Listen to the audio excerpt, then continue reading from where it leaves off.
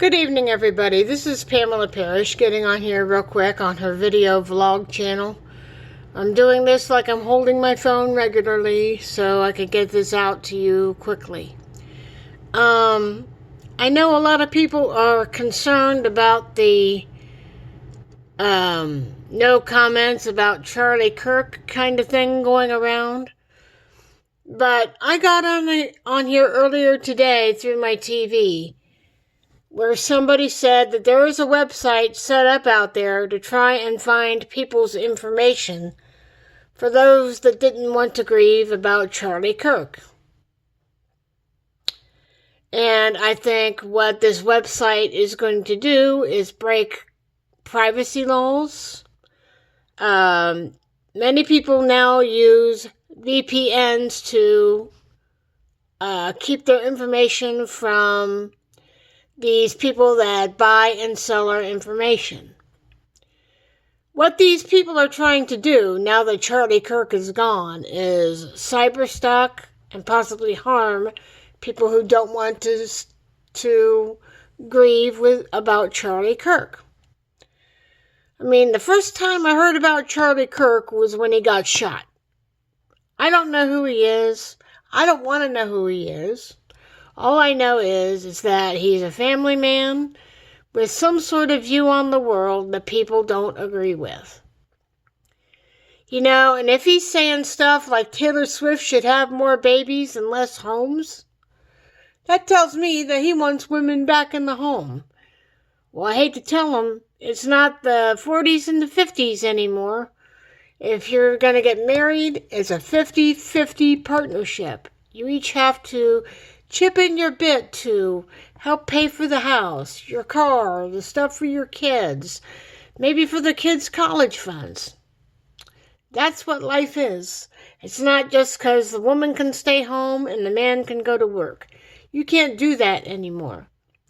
Farmers are struggling. Families are struggling. You know? And somebody like me would be considered damaged goods. I'm disabled.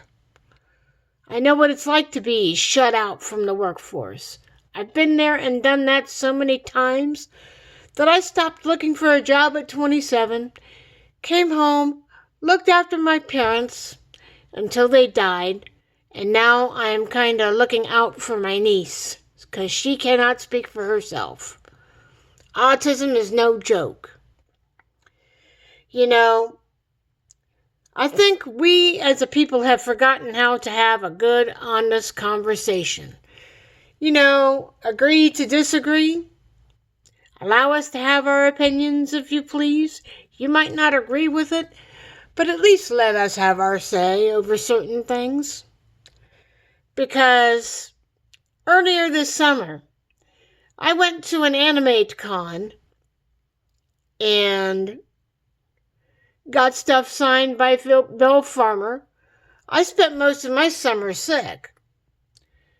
And I laid in bed watching mostly police videos of people acting the fool. Not just regular everyday people, but we're talking about children of police officers, sheriffs, and these big shots acting the fool. Elected officials being drunk out in public.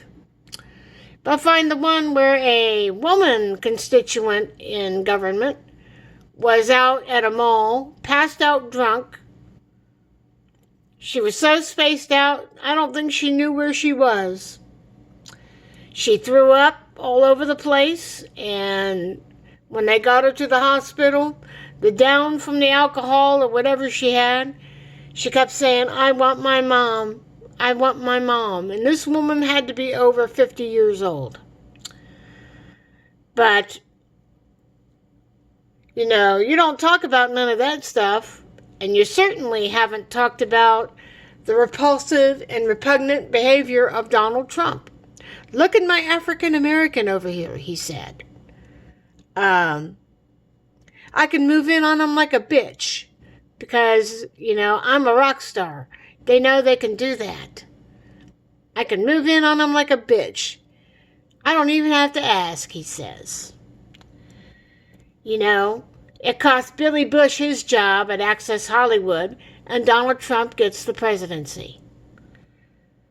And the big fuse that lit all this, I could shoot someone on Fifth Avenue and not lose voters. Doesn't that concern any of you? It certainly would me. And you know that guy is not a patriot. He hasn't even gone into the service. My father has. He's kept airplanes flying. This is the 1950s. And he would say, I wasn't directly on the front lines, but you hear all that stuff going on around you, and you feel like you are at times, he says. And I miss my dad every day. He would be 90 this year. You know, he got the big send-off like most servicemen do. But the only thing we couldn't do was the gun salute because we were within city limits. But when Charlie Kirk was savagely assassinated, a guy in the military said it looked like he got hit in his jugular vein. I don't know who this guy was, but this dude called it before it even made the news that Charlie Kirk was gone.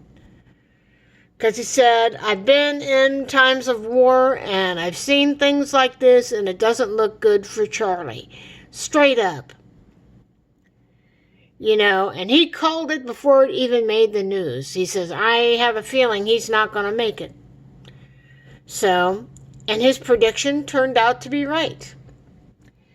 You know, we need to start having some good conversations. Let us have our say on things. You don't have to agree with it. You know, we have forgotten how to have a good, honest conversation. We could agree to disagree. It's like, oh, you don't agree with me, huh? Well, I'll take care of that. They pull out a weapon and bam, you're gone. You know, it's just crazy. It's bullshit. People like Michael Rappaport, who has ruffled a few feathers and has stood up to Donald Trump and his nonsense. He denounces the death of Charlie Kirk, as do I. I don't agree with what he said about Taylor Swift and some of the other things he may have said. But to die in front of your children, you shouldn't have to deal with that. But, you know, Donald Trump wants to put a statue up in the White House for Charlie. But in my opinion, Charlie Kirk hasn't worked long enough. He's not even in the political field, some people tell me. No. He didn't do that for Hulk Hogan. And you know that guy died pretty quickly after endorsing Donald Trump. You know, our government has lost its way for sure. He needs to keep an eye on our enemies, balance the budget, lower food prices and electrical prices so that we can continue to live our lives. But you know, he didn't say anything about the other shooting that was happening around the time that Charlie Kirk was assassinated. All of his constituents were concerned about Charlie Kirk and not some high school kids being shot in Colorado. That is frightening in itself. We could have had another Columbine. I remember when that happened in 1999. Sad and very, very scary. And I heard in my area this year, some school systems may be cutting busing to high school students. And I'm thinking, where is all our taxpayer money going? We do all these levies every year, in midterms and in November. Where is all our tax money going? That is what I want to know. Because there are people that can't drive, whether they're physically disabled or they have seizures or some other kind of condition that prevents them from driving. You know, how are they going to pay for the bus passes? A lot of them don't even have jobs. And like I said, you know, to the rest of the world, I'm just damaged goods. You know, people look at me up and down because I'm in a wheelchair or on crutches. They say, put your application right here. We'll look at it when we get the chance. Or, we're not hiring right now, or the ever popular will call you.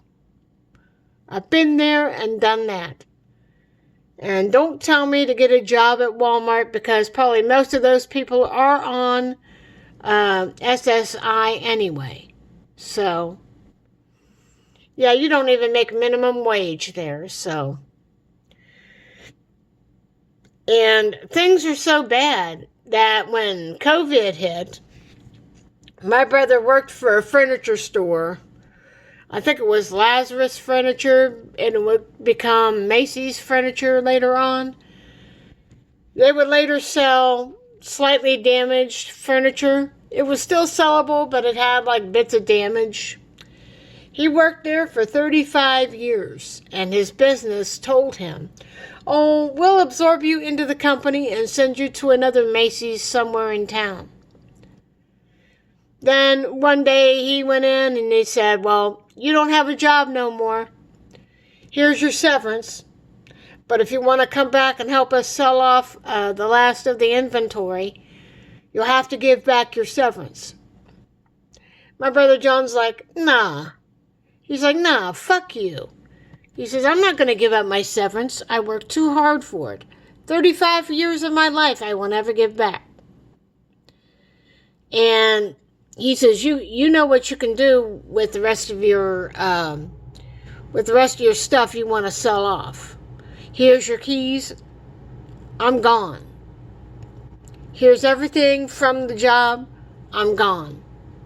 He took his severance, and now he's got another job, working 7 days a week, mowing yards for businesses and small homes, and doing winter work in the winter. So, yeah. It's not much, but it puts money in his pocket so he could still pay for his house. So, yeah. People are struggling. Farmers are struggling. Families are struggling. But I don't see any of our constituents coming together and doing the discussions. You know, agree to disagree.